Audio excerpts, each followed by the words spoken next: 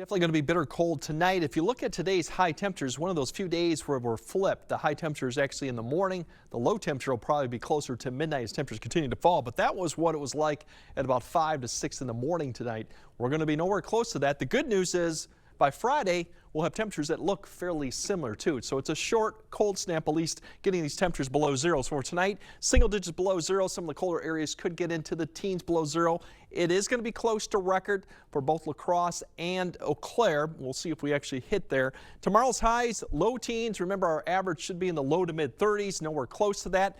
As you notice, the arrows are coming from the south direction, so they will be a little bit light and variable in the morning, but in the afternoon and evening, they're going to start picking up as a warm front approaches. In fact, that will actually have some below zero wind chills even Thursday evening, even though our temperatures will be well above zero. So in fact, it's still going to be kind of cold or bitterly cold as we go into Thursday evening. As I mentioned, record temperatures will get close. It just depends how things play out, but they're within range. And you see these records go back quite a long time, 1893. So for some reason, we just haven't had a lot of cold temperatures on this day, and that's why it goes back that far. But we could see it now as we go forward. We got the frostbite potential. The wind chill tonight could be in that 20 to 25 range. So you're probably within the 30 minutes of having frostbite. We're not going to see any of these other thresholds quite yet. We still got January to come, and some of these we might reach too. So it's still going to be cold out there. As there's your wind chills right now, we've had a lot of areas already. I saw you early in the broadcast that we're in the 10 to 15 just west of the area. So I think a lot of areas will see 10 to 15 below through midnight.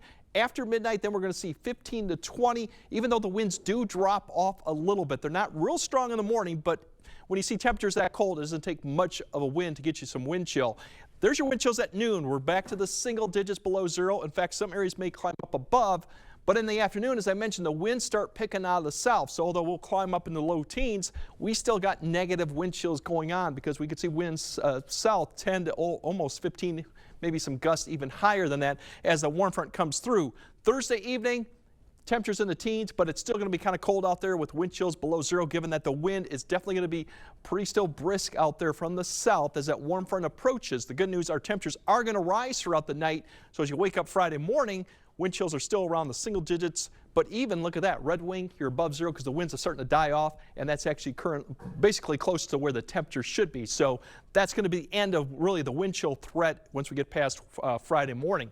Friday, in fact, our temperatures are continuing to rise. We'll start off in the teens above zero because of rising all throughout the night. We'll get up to the mid to upper 20s because a warm front comes through, followed by a cold front, and that does bring some light snow into the area. As you look, there's your warm front that comes through fairly quickly Thursday night. The cold front then kind of sags south throughout the day. The better shot for light snow will probably be in the afternoon time frame. Not widespread, not a lot of accumulation with this, but it could impact Friday evening activities with a little bit of light snow.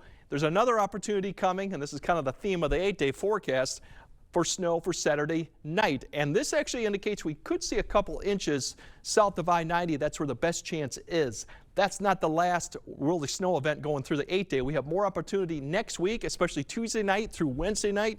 That could see a little bit of accumulating snow. But you notice the temperatures by then. We're almost up to freezing. So we've seen a lot of fluffy light snow. That could be a little bit more heavier wet snow given the temperatures. So it's a cold snap. It doesn't last too long. That's the good news, but we're kind of flipping the temperature back and forth. But just bundle up and get through it, and we'll have more snow, too. Like I said, snowpack's not going anywhere. No. Yeah. Welcome to winter. Yes. Thank you, Greg.